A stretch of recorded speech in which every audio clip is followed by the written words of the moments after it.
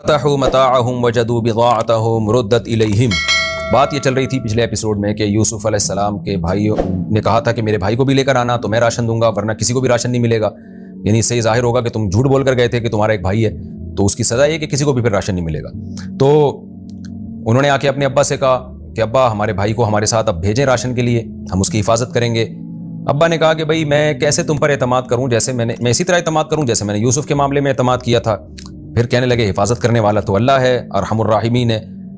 تو اس کے بعد کیا ہوا؟ قرآن کہتا ہے وَلَمَّا فَتَحُوا مَتَاعَهُمْ وَجَدُوا بِضَاعَتَهُمْ رُدَّتْ إِلَيْهِمْ۔ جب انہوں نے سامان کھولا تو دیکھا کہ وہ ساری پونجی اسی میں پڑی ہوئی ہے، تو خوش ہو کے کہنے لگے یا ابانا ما نبغی، اے ہمارے ابا ہمیں اور کیا چاہیے؟ هَذِهِ بِضَاعَتُنَا رُدَّتْ إِلَيْنَا، یعنی ہمیں یوسف یعنی ہمیں عزیز مصر پر جو اعتماد جو کرنا ہے اس میں ہمیں اور کیا چاہیے؟ ہمیں اتنا احسان کر لیا ایک آدمی نے کہ هَذِهِ بِضَاعَتُنَا رُدَّتْ إِلَيْنَا، جو ہماری جمع پونجی تھی، جو ہماری خون پسینے کی کمائی تھی، اس کو بضاع کہا جاتا ہے، جو ہماری جمع پونجی تھی ساری کی ساری واپس لوٹا دی۔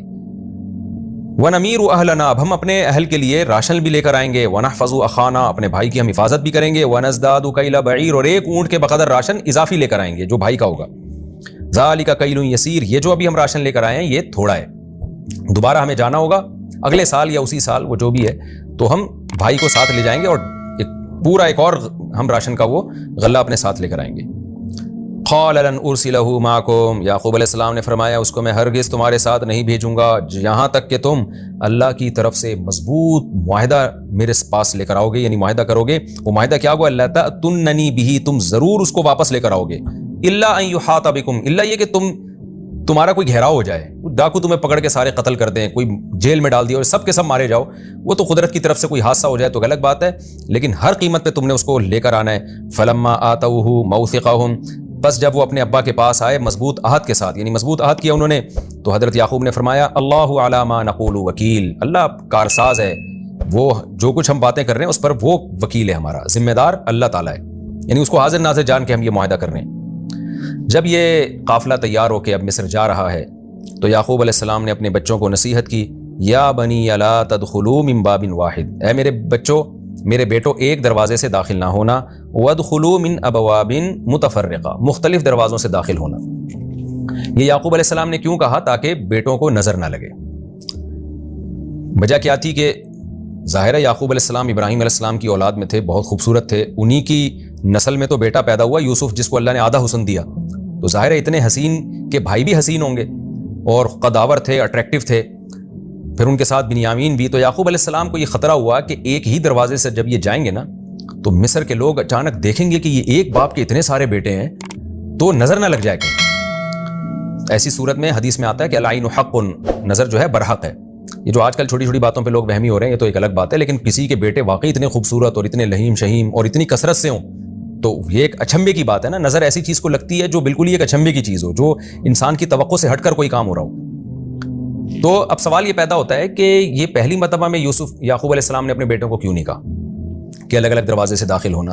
جب فرسٹ ٹائم وہ راشن لینے کے لیے گئے تھے اس وقت کیوں نہیں کہا؟ دوسری دفعہ میں کیوں کہہ رہے ہیں؟ تو اس کی کچھ وجوہات ہیں۔ پہلی وجہ تو یہ ہے کہ اس دفعہ بنیامین بھی ساتھ ہے اور اس کی وجہ سے وہ ظاہر ہے وہ زیادہ سگے بھائی ہیں، تو نظر لگنے کا خطرہ پچھلی دفعہ کی نسبت زیادہ، اور اس سے بھی زیادہ معقول بات یہ تھی کہ مصر کے لوگ اب ان کو پہچان گئے تھے کہ یہ ایک باپ کے بیٹے ہیں۔ فرسٹ ٹائم جب گئے تھے تو لوگوں نے قافلہ سمجھا ہوگا، لوگوں کو کیا پتا ہوگا کہ سارے بھائی ہیں، یہ لوگ سمجھ رہے ہوں گے مصر سے قافلہ آیا ہے، لیکن جب یوسف علیہ السلام کے محل میں رہے، پتہ چلا کہ یہ سب ایک بھائی ہیں سب، تو پھر لوگوں میں یہ بات پھیل گئی۔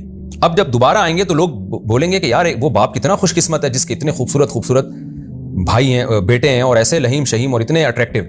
اور پھر لوگوں نے یوسف علیہ السلام کو ان کا اکرام کرتے ہوئے دیکھ بھی لیا تھا، تو ایک جیلسی بھی پیدا ہو سکتی ہے کہ ہمیں اتنا پروٹوکول نہیں مل رہا، ہم اتنے عرصے سے یوسف کے ساتھ ہیں اور یہ ان کو اتنا عزت مل رہی ہے، اتنا پروٹوکول مل رہا ہے۔ تو یہ تمام باتیں حسد پیدا کرنے کا ذریعہ تھیں، اور ظاہر ہے حاسد کی نظر لگنے کا خطرہ زیادہ ہوتا ہے۔ تو اس لیے یعقوب علیہ السلام نے کہا کہ اگلے دروازے داخل ہونا۔ اب اس میں ایک اشکال ہوتا تھا کہ بھائی یہ نظر وغیرہ سے بچنے کا اہتمام تو عام طور پہ وہ لوگ کرتے ہیں جن کا اللہ پہ توکل نہیں ہوتا، تو یعقوب علیہ السلام یہ نفی کر رہے ہیں کہ میرا اللہ پہ بہت اعتماد اور توکل ہے، میں تو صرف ایک اسباب کے درجے میں یہ اختیار کر رہا ہوں، میرا یہ ہرگز عقیدہ نہیں ہے کہ ان اسباب میں کچھ رکھا ہوا ہے، میرا عقیدہ یہی ہے کہ ہوتا اللہ سے ہی ہے۔ تو اس لیے فوراً کہہ رہے ہیں کہ وما اغنی عنکم من اللہ من شیء، میں اللہ سے بچا کے تمہیں کوئی فائدہ نہیں پہنچا سکتا. اللہ کوئی نقصان پہنچانا چاہے گا تو ایک گیٹ سے داخل ہو، الگ الگ دروازوں سے داخل ہو، اس سے کوئی فرق نہیں پڑتا. ان الحکم الا للہ، اصل حکم تو صرف اللہ کا ہے. علیہ توکلت، اسی پر میں اعتماد کرتا ہوں. وعلیہ فلیتوکل المتوکلون، اور بھروسہ کرنے والوں کو اللہ ہی پہ بھروسہ کرنا چاہیے. یعنی اپنے بیٹوں کو بھی نصیحت کر رہے ہیں کہ بیٹا اسباب اختیار کیا کرو مصیبت سے بچنے کے، لیکن بھروسہ اللہ پہ کیا کرو. اللہ چاہے گا تو حفاظت ہوگی، نہیں چاہے گا تو جتنے مرضی دروازوں سے داخل ہو جاؤ پھر بھی نقصان ہوگا. وَلَمَّا دَخَلُوا مِنْ حَيْثُ أَمَرَهُمْ أَبُوهُمْ، اور جب وہ اپنے ابا کے حکم کے مطابق مختلف دروازوں سے داخل ہوئے تو ابا کی ایک چاہت پوری ہو گئی. آگے قرآن کہہ رہا ہے کہ یعقوب علیہ السلام کے دل میں جو تھا نا کہ میں اللہ پہ توکل کرتا ہوں، تو واقعی وہ اللہ پہ توکل کرتے تھے. مَا كَانَ يُغْنِي عَنْهُ مِنَ اللَّهِ مِنْ شَيْءٍ، یعقوب اللہ سے نہیں بچا سکتے تھے اپنے بیٹوں کو. یعنی یعقوب علیہ السلام نے جو بیٹوں کو مختلف دروازوں سے جانے کا حکم دیا تو اس میں یعقوب کی نیت یہ نہیں تھی کہ میں اللہ کے عذاب سے یا اللہ جو مصیبت پہنچانا چاہتا ہے اس سے میں اپنے بیٹوں کو بچاؤں. ظاہر ہے اللہ سے کون لڑ سکتا ہے اللہ. پھر سوال پیدا ہوتا ہے پھر یعقوب علیہ السلام نے یہ کیا کیوں؟ اللہ پہ چھوڑ دیتے نا کہ بھائی بیٹا ایک دروازے سے جاؤ یا الگ الگ دروازے سے جاؤ، جو ہونا ہے وہ تو مقدر میں وہ تو ہو کے رہے گا. تو قرآن اس کا جواب دے رہا ہے اللہ حاجۃ فی نفس یعقوب، اصل میں ایک حاجت تھی یعقوب کے دل میں، قضاہا، جس کو انہوں نے پورا کیا. وہ حاجت کیا تھی؟ بھائی ہم اپنی طرف سے تو مصیبت سے بچنے کا اہتمام کر لینا. جب انسان اپنی طرف سے مصیبت سے بچنے کا اہتمام کرتا ہے پھر بھی مصیبت پہنچتی ہے تو اس کو تسلی ہو جاتی ہے، اور اپنی کوتاہی کی وجہ سے جو مصیبت پہنچتی ہے اس میں تسلی نہیں ہوتی، بار بار نفس ملامت کرتا ہے کہ میں نے ایسا کیا کیوں. تو یہ یعقوب کے دل میں ایک حاجت تھی جو انہوں نے پوری کی. اور یہ قرآن کہتا ہے وجہ کیا ہے، اللہ پہ اعتماد کیوں کرتے تھے اور اللہ پہ اعتماد کے ساتھ ساتھ اسباب کیوں اختیار کر رہے ہیں. وجہ اس کی یہ تھی وَإِنَّهُ لَذُو عِلْمٍ لِمَا عَلَّمْنَاهُ، ہم نے جو ان کو علم دیا تھا اس کی وجہ سے وہ علم والے تھے. علم والوں کا یہی کام ہوا کرتا ہے کہ اسباب بھی اختیار کرتے ہیں لیکن اسباب پہ نظر نہیں رکھتے. ان کو پتہ ہے یہ اسباب خدا نہیں ہے، خدا وہ ہے جو عرش پہ بیٹھا ہوا ہے، چلے گی اس کی مرضی. کیسی بہترین بات ہے اس میں. وَلَٰكِنَّ أَكْثَرَ النَّاسِ لَا يَعْلَمُونَ، لیکن اکثر لوگ اس اصول کو نہیں جانتے ہیں.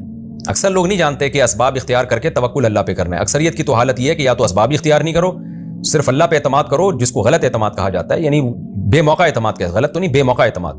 یا یہ کہ اسباب ہی پر توکل کر کے بیٹھ جاؤ جیسے کہ غیر مسلم لوگ کرتے ہیں. یہ ہمارا رکوع الحمدللہ تفسیر کے لحاظ سے بھی کمپلیٹ ہو گیا. اس میں جو کچھ علمی نکات ہیں خلاصے کے طور پہ میں بیان کرتا ہوں، پھر ہم آگے چلتے ہیں. یعقوب علیہ السلام دیکھیں دوبارہ اپنے بھائی کو بنیامین کو بلا رہے ہیں.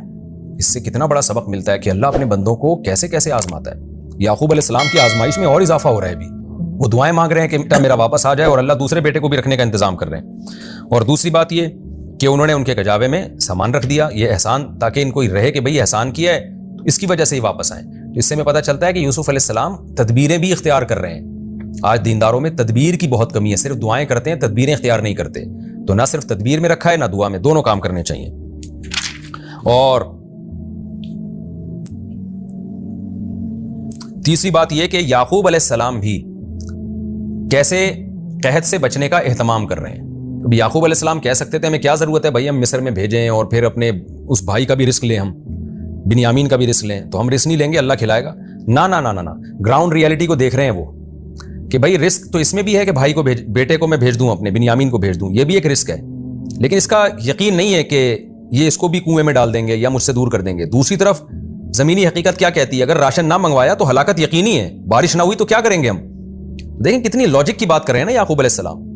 خطرہ کتنا شدید ہے کہ ایک بیٹا میرا گیا دوسرا بھی نہ چلا جائے، لیکن بھائی اس میں تو پھر بھی امکان ہے کہ شاید واپس آ جائے. مگر اگر بیٹے کو نہ بھیجا تو قحط سے سب لوگ ہلاک ہو جائیں گے.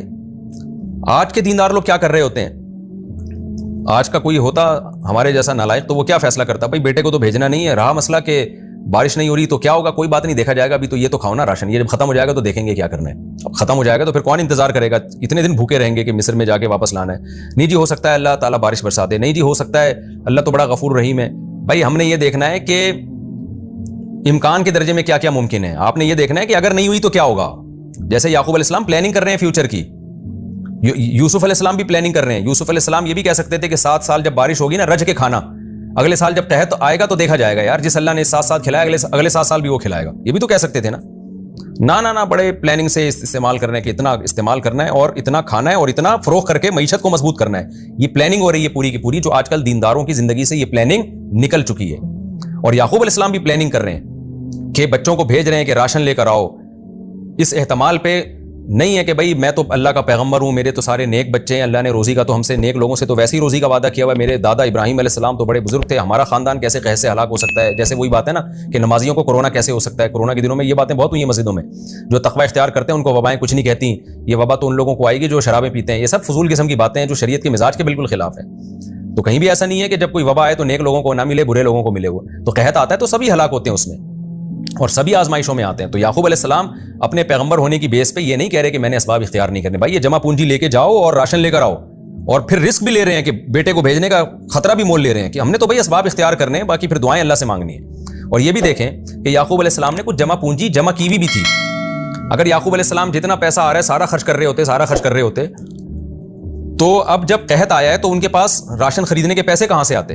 ظاہر ہے انہوں نے کچھ پیسے جمع پونجی کے رکھے ہوئے بھی تھے کہ اگر خدا نہ خواستہ کوئی ایسے حالات آ گئے تو ہم جتنا خاندان میرے ساتھ ہے, ان کی ازواج بھی, بیویاں بھی زیادہ تھیں, اولاد بھی بہت تھی, تو کچھ انہوں نے اسباب بھی اختیار کیے ہوئے تھے کہ اگر خدا نہ خواستہ کچھ حالات اوپر نیچے ہوتے ہیں تو اتنا میرے پاس اسپیئر میں رہے کہ میں ان حالات کو کنٹرول کر سکوں. تو اس کے لیے انہوں نے جمع پونجی بھی رکھی ہوئی تھی. تبھی اس کو جمع پونجی کہا جاتا ہے کہ بہت زیادہ نہیں تھی وہ, کیونکہ جو ہوس والا آدمی ہوتا ہے وہ تو کروڑوں روپے پلاٹوں کی صورت میں جمع کر کے رکھتا ہے, وہ تو اس کو تو مرنے کا خیال ہی نہیں ہوتا. یعقوب علیہ السلام نے اتنا کہ ایک جو ہے نا 1 سال اگر آزمائش کے حالات آئیں, چند سال آئیں, تو ہم اس میں سروائیو کر سکیں. تو یہ پہلے سے انہوں نے انتظام کیا ہوا تھا. اس سے پتہ چلتا ہے کچھ رقم بچا کے رکھنا کہ اگر خدا نہ خواستہ ابھی میری جاب چلی جائے یا ابھی اچانک میرے حالات خراب ہو جائیں تو میں کیسے معاشرے میں چلوں گا. تو اتنی رقم بچا کے رکھنا یہ بھی توکل کے خلاف نہیں ہے. ہاں توکل کے یہ خلاف ہے کہ جو زندگی کے 10-20 سال رہ گئے ہیں اور اربوں روپے کے پلاٹیں خریدتے چلے جا رہے ہیں, کوئی انتہائی نہیں ہے. علماء نے کہا کہ 1 سال کی کم از کم جو ہے نا, اگر آپ جاب لیس ہو جاتے ہیں تو 1 سال تک آپ سوسائٹی میں سروائیو کر سکیں, اتنی جمع پونجی رکھنا ضروری ہے. پھر اس سال میں آپ اگلے سالوں کے لیے بھی انتظام کرنا شروع کر سکتے ہیں. تو خیر یہ ساری باتیں ہمیں یہاں سے پتہ چلتی ہیں, اور نظر بد کا برحق ہونا بھی پتہ چلتا ہے اس سے ہمیں کہ نظر لگنے کا بھی پورا خطرہ ہوتا ہے. جیسے کہ حدیث میں یہ مضمون بہت زیادہ واضح ہے, اور نظر سے بچنے کا اہتمام کرنا چاہیے. حدیث میں دعا سکھائی گئی ہے, اعوذ بکلمات اللہ التامہ من کل شیطان وہامہ ومن کل عین لامہ. اسی طرح سورہ فلق, سورہ ناس اپنے اوپر اپنے بچوں پہ دم کرنا چاہیے اس کو. باقی نظر ایک کوئی بھی اچھمبے کا کام ہو تب لگتی ہے, ایسا نہیں ہے کہ آپ کا بچہ آڑا ترچھا نیلا پیلا عجیب سا ہو, ناکیں بہہ رہی ہوں اور اس کو بھی ڈرتے ہوں کہ پتہ نہیں اس کو کہیں نظر نہ لگ جائے, تو یہ وہم بھی نہیں کرنا چاہیے. کوئی بھی ایک الگ سے ہی ہٹ کے کوئی چھو تو